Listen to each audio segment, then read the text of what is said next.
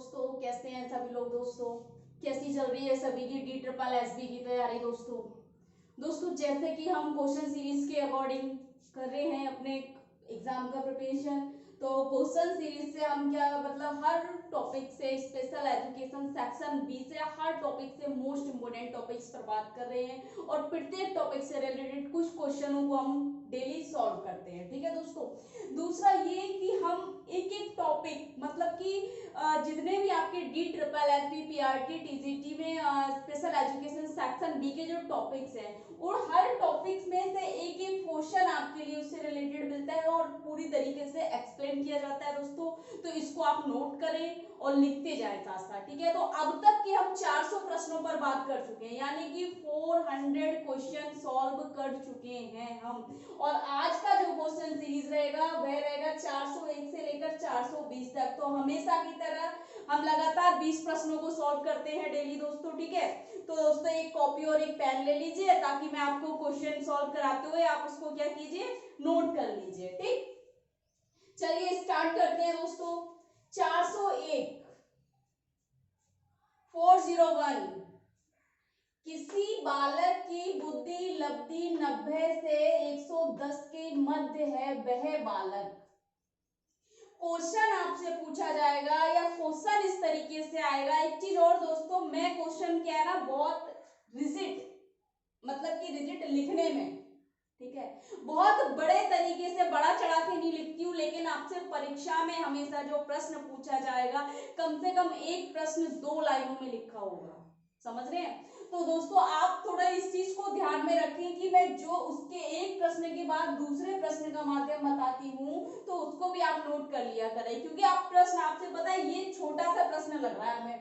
ठीक है, किसी बालक की बुद्धि लब्धि 90 से 110 के मध्य है वह बालक है, लेकिन आपकी परीक्षा में कैसे पूछा जाएगा, वह बालक जिस बालक की बुद्धि लब्धि 90 से 110 के मध्य है वह बालक सामान्य बालक होगा या बौद्धिक सक्षम बालक होगा।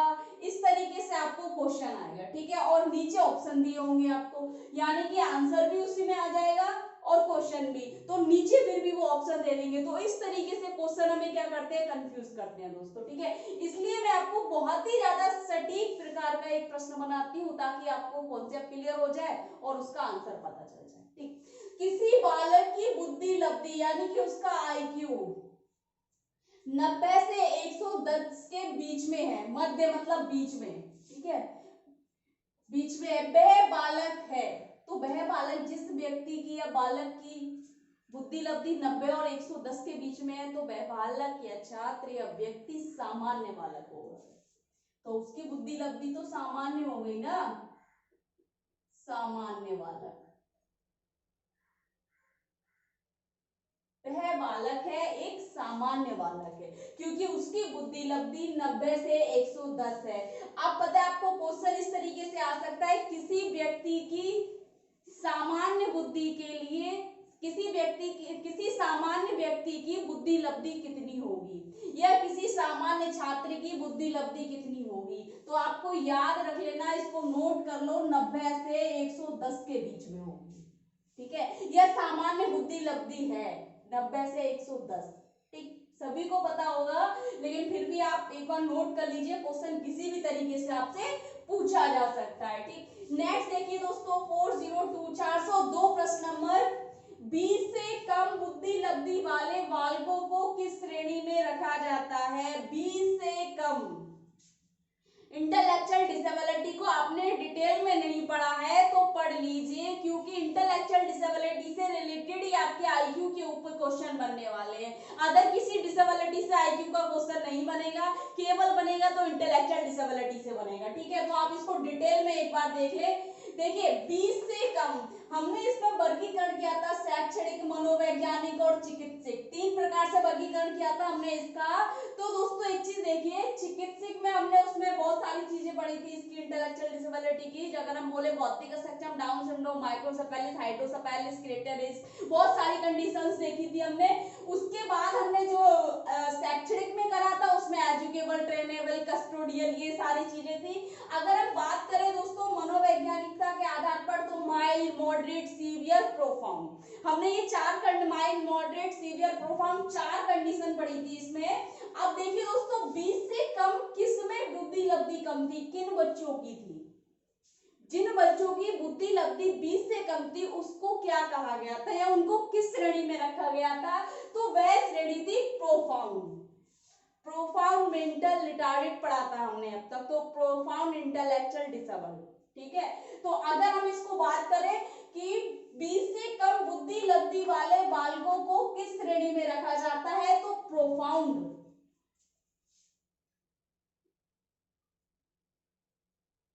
प्रोफाउंड, ठीक है, आईडी। और अब तक हम क्या करते थे, मेंटल रिटार्डेशन लिखते थे इसको।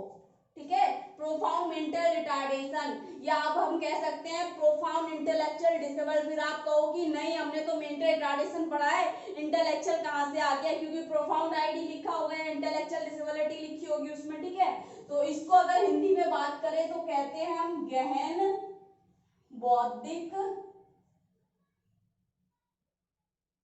अक्षमता। ठीक है, नेक्स्ट देखिए दोस्तों 403, क्वेश्चन नंबर 403, दृष्टि बाधित छात्रों के शिक्षण के लिए क्या प्रयोग किया जाता है? जब हम किसी भी विजुअल इंपेयर्ड स्टूडेंट को टीचिंग करा रहे हैं या शिक्षण कार्यक्रम करा रहे हैं, तो उसको शिक्षा देने के लिए या शिक्षण के लिए क्या प्रयोग करेंगे? तो प्रयोग करेंगे हम ब्रेल लिपि का।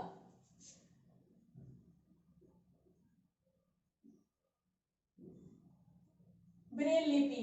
अब देखिए दोस्तों क्वेश्चन कैसे बन सकता है कि दृष्टिबाधित छात्रों के शिक्षण के लिए प्रयोग किया जाता है या दृष्टिबाधित छात्रों को पढ़ाने हेतु क्या महत्वपूर्ण है, तो ब्रेल लिपि। या पढ़ाने के लिए शिक्षण द्वारा क्या अपनाया जाएगा, तो ब्रेल लिपि। बहुत सारी चीजें, लेकिन वहां पर अगर अपनाए जाने वाली विधि, ठीक है, या तकनीक है वो तब नहीं आएगा। लेकिन अगर शिक्षण के लिए प्रयोग में क्या लिया जाएगा, तो शिक्षण के लिए हम अगर विजुअल या ब्लाइंड किसी छात्र को पढ़ा रहे हैं, विजुअल इंपेयरमेंट छात्र किसी स्टूडेंट को पढ़ा रहे हैं, तो दोस्तों ब्रेल लिपि के द्वारा ही हम उनको शिक्षा प्रदान कर सकते हैं। ठीक, नेक्स्ट देखिए दोस्तों 404, प्रश्न नंबर 404, श्रवण क्षति की मात्रा को मापने की इकाई को क्या कहते हैं?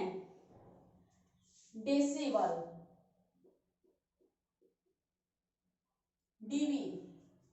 ठीक, नेक्स्ट देखिए 405, क्वेश्चन नंबर 405, विशिष्ट बालकों के प्रकार कौन कौन से हैं? आपको ये क्वेश्चन मैंने अभी शायद लास्ट की 2 क्लासें थी, उस 2 क्लास के पीछे जाइए, उससे लास्ट, तो दोस्तों उसमें कराया था मैंने आपको विशिष्ट बालकों के बारे में। क्वेश्चन इस तरीके से पूछ लिया, विशिष्ट बालकों के प्रकार। आपको बताया था विशिष्ट बालक 2 प्रकार के होते हैं। ठीक है, कौन कौन से होते हैं? एक तो होता है आपका उच्च बुद्धि लब्धि वाले, ठीक है, और दूसरे होते हैं आपके निम्न बुद्धि लब्धि वाले। निम्न बुद्धि लब्धि वाले, ठीक है, 2 प्रकार के हमारे विशिष्ट बालक हैं। ठीक है, अब उच्च बुद्धि लब्धि वाले और निम्न बुद्धि लब्धि वाले, यानी कि जिनका हाई आईक्यू लेवल होगा और जिनका आईक्यू लेवल लो होगा, तो 2 कैटेगरी में इनको डिवाइड किया गया है या 2 प्रकार है। इस तरीके से भी क्वेश्चन आ सकता है, यानी कि हमने लास्ट की क्लास में पढ़ा था कि कौन कौन सी श्रेणियों में बांटा गया है। ठीक है, यहाँ पूछ लिया प्रकार है, उच्च बुद्धि लब्धि वाले, निम्न बुद्धि लब्धि वाले। उच्च बुद्धि लब्धि वाले बालक वे आते हैं दोस्तों, नोट कर लीजिए, प्रतिभाशाली बालक और सृजनात्मक बालक उच्च बुद्धि लब्धि वाले में। ठीक है, निम्न बुद्धि लब्धि वाले में पिछड़े बालक आते हैं और बौद्धिक असक्षम बच्चे आते हैं। ठीक है दोस्तों, तो 2 श्रेणी में बांटा गया है, हाई आईक्यू लेवल और लो आईक्यू लेवल। ठीक, नेक्स्ट देखिए दोस्तों 406, क्वेश्चन नंबर 406, सेरेब्रल शरीर के किस हिस्से में होता है? सेरेब्रल शरीर के किस हिस्से में? देखिए दोस्तों सेरेब्रल क्या है, हमारे मस्तिष्क का महत्वपूर्ण हिस्सा है या महत्वपूर्ण भाग है। अगर सेरेब्रल में किसी प्रकार की असामान्यता आती है तो हमारे शरीर की जो मांसपेशियां हैं या शरीर पर नियंत्रण नष्ट हो जाता है, जिसको हमने सेरेब्रल पालिसी में भी पढ़ा था। ठीक है, तो सेरेब्रल क्या है, शरीर के एक, अगर मैं बात करूं शरीर की मांसपेशियों को संचालन और नियंत्रण करने का कार्य करता है। सेरेबेलम का जो कार्य होता है ये हमारे शरीर के मांसपेशियों में संचालन करती हैं और दूसरा उनको नियंत्रण भी करती हैं। अगर इसमें किसी भी असामान्यता होने के कारण क्या हो जाता है, सेरेब्रल पालिसी यानी कि प्रमस्तिष्क पक्षाघात हो जाता है। ठीक है, तो सेरेब्रल क्या है, शरीर का एक हिस्सा है, वो मस्तिष्क का एक हिस्सा है। इन्होंने पूछा है सेरेब्रल शरीर के किस हिस्से में होता है, तो सेरेब्रल शरीर के मस्तिष्क में होता है। कहाँ होता है, मस्तिष्क में। ठीक, जो कि मस्तिष्क का बहुत ही ज्यादा महत्वपूर्ण हिस्सा माना गया है। ठीक, नेक्स्ट देखिए दोस्तों, आप क्वेश्चन देखिए, इसमें एक बार और बता दूं आपको, इसमें क्वेश्चन बन सकता है सेरेब्रल की असामान्यता से किस प्रकार की अक्षमता होगी, यानी कि सेरेब्रल में किसी भी प्रकार की असामान्यता होगी जब मांसपेशियों पे नियंत्रण नहीं होगा, संचालन खत्म हो जाएगा।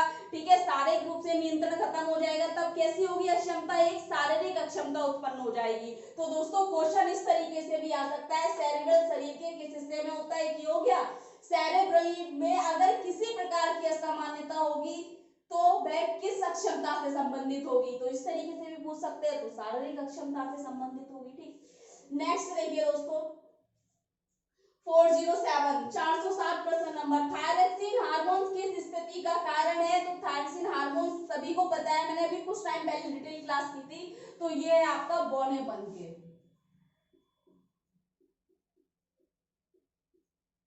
बौनेपन का कारण।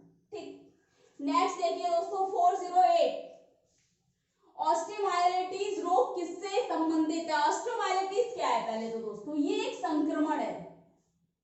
ठीक है, ऑस्टियोमाइलिटिस क्या है, ये अगर हम बात करें तो ये किससे संबंधित पूछा है, ये रोग हड्डियों से संबंधित है। अगर मैं बात करूं अस्थियों से संबंधित है, जिसमें क्या होता है, हमारे अस्थियों में किसी प्रकार का रक्त के माध्यम से संक्रमण हो जाना। ठीक है, जिसमें क्या होता है, अस्थि में अलग अलग प्रकार की समस्याएं बनने लगती हैं। ठीक है, तो ये संबंधित किससे है, हड्डियों से या अस्थियों से। ठीक है, हड्डियों से। ठीक, और ये क्या है, इससे ये रोग क्या है दोस्तों, ऑस्टियोमाइलिटिस, इसे कहते हैं हम अस्थि मज्जा।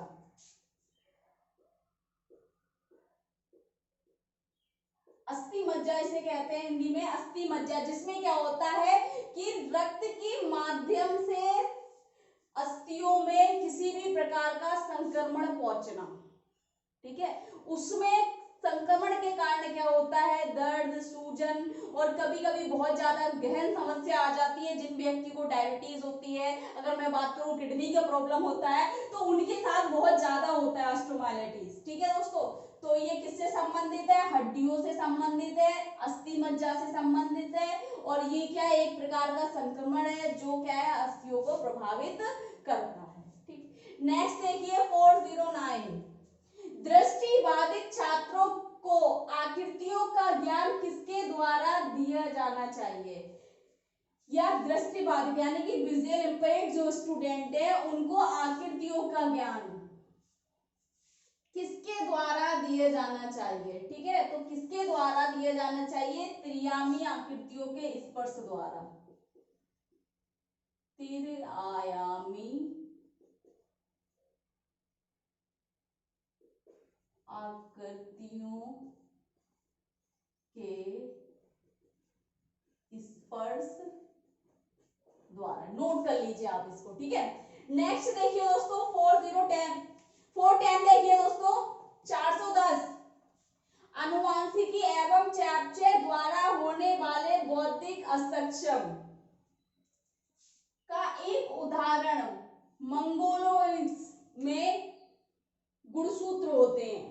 अब सबसे पहले आपको इस तरीके का क्वेश्चन समझ नहीं आएगा। ठीक है, अगर अब हमें समझने के लिए क्या करना है, एक कंडीशन जो कि है जेनेटिक है। ठीक है, दूसरा इसमें बता दिया चयापचय द्वारा। ठीक है, तीसरा बता दिया बौद्धिक अक्षमता का एक उदाहरण है। अब देखिए दोस्तों, बौद्धिक अक्षमता से कोई भी चिकित्सीय समस्या होगी तो कौन कौन सी होगी, डाउन सिंड्रोम होगी, क्रिटिनिज्म होगी, माइक्रोसेफेलिस होगी, हाइड्रोसेफेलिस होगी। ठीक है, अब देखिए इन्होंने एक स्पेसिफिक खुद ही मतलब पूरा आंसर दे दिया है, तो ये बता दिया इन्होंने, उदाहरण है मोंगोलाइट्स, यानी कि मंगोलाइट्स से मंगोलवादी गुणसूत्र होते हैं जिसके कारण अगर हम बात करें डाउन सिंड्रोम होता है बच्चा या डाउन सिंड्रोम की स्थिति उत्पन्न होती है तो उसमें 47 होते हैं।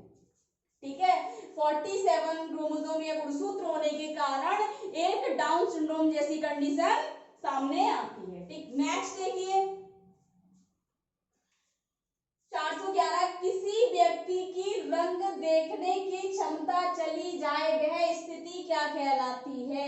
यानी कि किसी व्यक्ति, देखिए दोस्तों सभी जानते हैं कि जो अगर मैं बात करूं विजुअल इम्पेयर्ड जो होता है अलग अलग प्रकार का होता है, किसी को बहुत ज्यादा किसी को कम, कोई पूर्णतः रूप से होता है। ठीक है, अब देखिए दोस्तों दृष्टिबाधित क्षमता, अब ये कह रहे हैं किसी व्यक्ति की केवल रंग देखने की,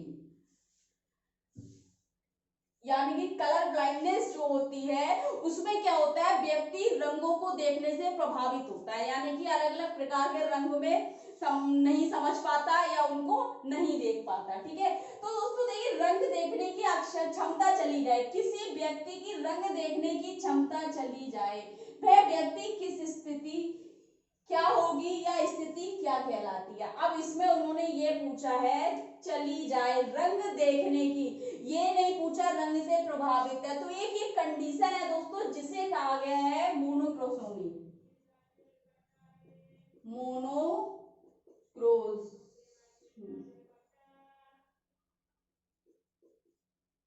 मोनोक्रोसमी। ठीक, आप इसको नोट कर लीजिए। फिर देखिए 412, फोटल सामान्य तरीके से रंगों और रंगों की चमक को देखने में असमर्थता। अब देखिए क्वेश्चन, ये एक कंडीशन मतलब यहाँ पर एक बताया था कि रंग देखने की चली गई, यानी कि रंग देखने में असक्षम हो गया वह व्यक्ति।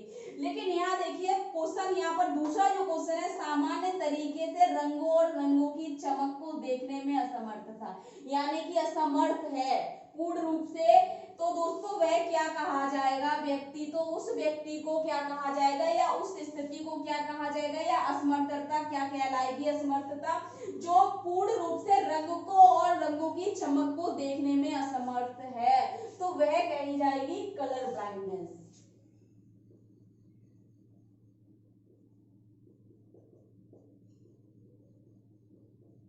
ठीक है, नोट कर लीजिए। और कलर ब्लाइंडनेस को अगर मैं हिंदी का शब्द बहुत अजीब सा लगता है वो है वर्ण अंधता। ठीक है, तो बहुत ही ज्यादा मुझे ऑड वर्ड लगता है किसी भी व्यक्ति के लिए या किसी भी कंडीशन को इस तरीके का वर्ड यूज करना। तो दोस्तों कलर ब्लाइंडनेस आप इसको नोट कर लीजिए। 413 प्रश्न नंबर देखिए, वे कोशिकाएं जो रेटिना के घेरे में स्थित होती हैं ये हमें रात में देखने में मदद करती हैं कहलाती हैं। यानी कि हमारी वे कोशिकाएं जो रेटिना के घेरे में स्थित होती हैं, ये क्वेश्चन मोस्ट इंपोर्टेंट है, आप इसको बहुत अच्छे से नोट कर लीजिए, मैं आराम से एक्सप्लेन कर रही हूँ। वे कोशिकाएं जो रेटिना के घेरे में स्थित होती हैं ये हमें रात में देखने में मदद करती हैं, क्या कहलाती है, रॉड सेल्स कहलाती हैं, रॉड सेल्स, रॉड कोशिकाएं। ठीक है, नेक्स्ट देखिए दोस्तों 414 प्रश्न नंबर देखिए, कौन सेल्स यानी कौन कोशिकाएं कहाँ स्थित होती हैं और इनका क्या कार्य होता है। एक चीज ध्यान रखना दोस्तों, अगर आपको रोड सेल्स या कौन सेल्स में अगर आपको कोई डिफरेंसेस अगर क्वेश्चन आ जाए इस तरीके से आ जाए क्वेश्चन, एक चीज देख लीजिए, वे कोशिकाएं रेटिना के घेरे में स्थित होती हैं क्या कहलाती हैं। ठीक है, इस तरीके से तो रोड कोशिकाएं। दूसरा क्वेश्चन बन सकता है रात में देखने में मदद करने वाली कोशिकाएं हैं तो रॉड सेल्स, याद रखना इस चीज को। दूसरा क्वेश्चन यानी कि कौन सेल्स जो है कहाँ स्थित है, तो कौन सेल्स दोस्तों जैसे ये रेटिना के घेरे में स्थित होती है और ये केंद्र पर स्थित होती है उसके, जैसे मैं बता रही हूँ आपको रेटिना के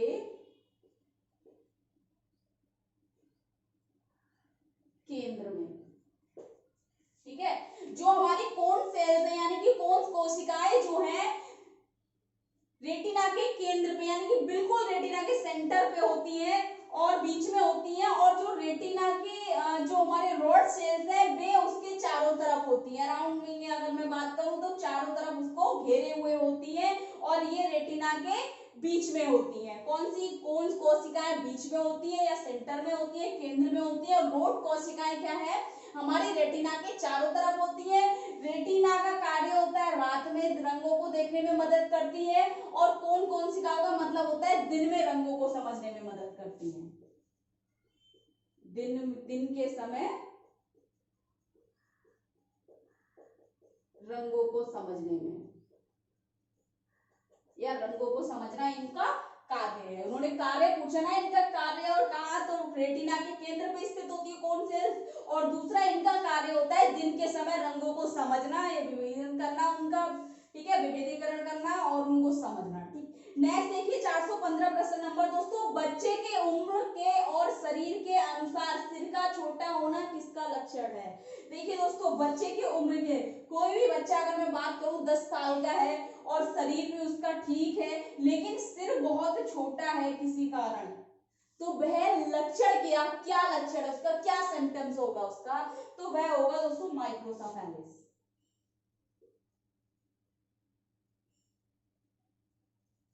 माइक्रोसेफेलिस, ठीक है, नोट कर लो इसको। नेक्स्ट देखिए 416 प्रश्न, बच्चे अपने बुद्धि व विकास हेतु कठोर अध्ययन करते हैं, यह सिद्धांत किसने दिया है।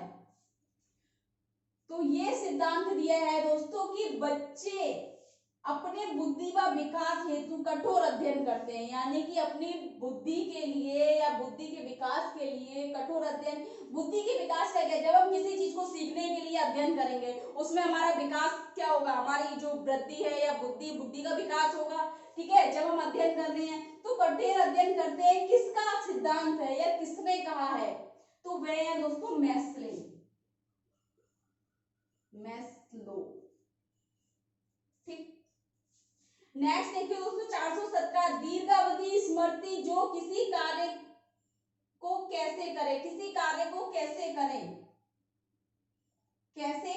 से जुड़ी क्या कहलाती, यानी कि क्वेश्चन आपसे ये पूछ रहा है कि दीर्घ स्मृति यानी कि लॉन्ग टर्म मेमोरी जो है वह किसी कार्य को कैसे करे, किससे जुड़ी है, वह क्या कहलाती है। यानी कि लॉन्ग टर्म मेमोरी जो है हमें बताती है, यानी कि हमारी जो लॉन्ग टर्म मेमोरी है वह किससे जुड़ी है, जो हमें बताती है किसी कार्य को कैसे करें। यानी कि मैंने जो आपको पढ़ाने के लिए तैयार किया है, 2 दिन पहले मैंने पढ़ाई की, टॉपिक्स क्लियर करे, फिर क्वेश्चन आंसर सिलेक्शन करा उसमें से, और उसके बाद मैंने तैयार किया है तो लॉन्ग टर्म मेमोरी में, ताकि मैं आपको एक्सप्लेन कर रही हूँ। तो ये सारी चीजें कौन कराता है या वह क्या कहलाती है, जो ये सारी चीजें मुझे करा रहा है मेरे माइंड में, तो वह क्या कहलाती हैं, तो वे कहलाती हैं दोस्तों प्रक्रियात्मक स्मृति। ठीक है, या प्रोसीजरल मेमोरी भी हम बोलते हैं, प्रोसीजरल मेमोरी।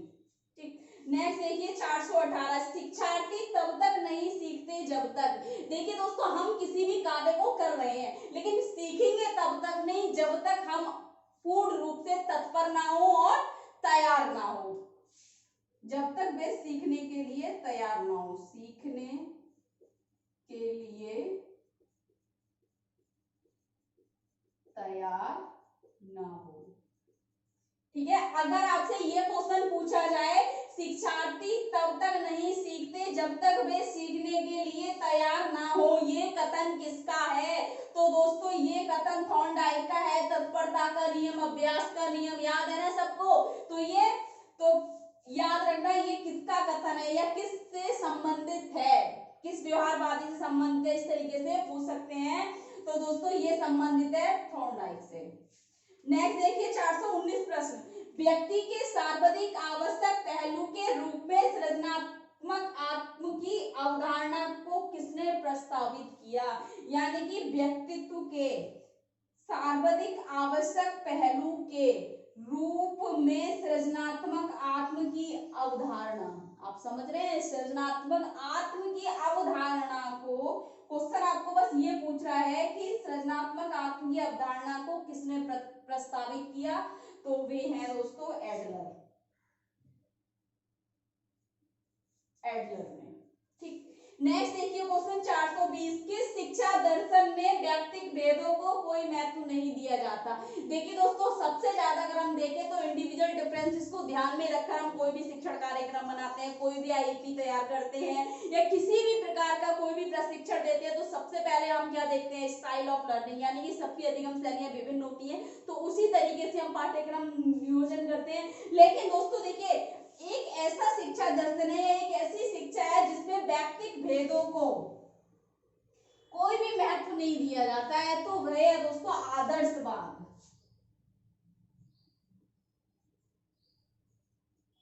आदर्शवादी शिक्षा में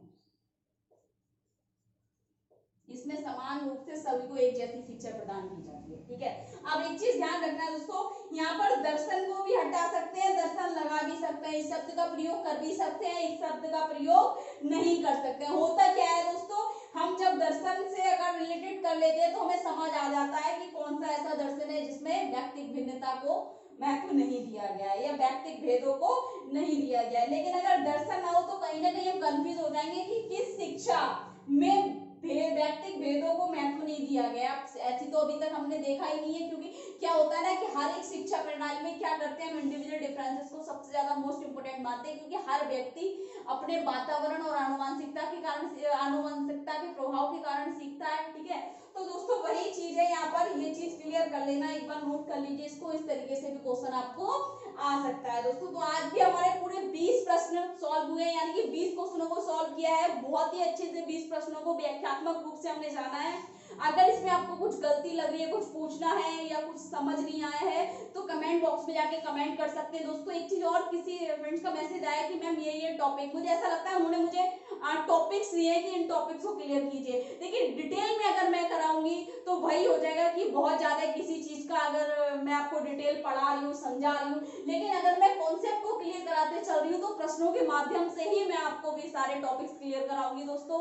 बाकी का आप वीडियो को लाइक करते रहे, शेयर करते रहे दोस्तों, ज्यादा से ज्यादा लाइक करें, और चैनल को अगर सब्सक्राइब नहीं करा है दोस्तों सब्सक्राइब कर दो, बेल आइकन को भी प्रेस कर दो ताकि नेक्स्ट आने वाली वीडियो आप तक पहुंचती रहे दोस्तों। Thank you.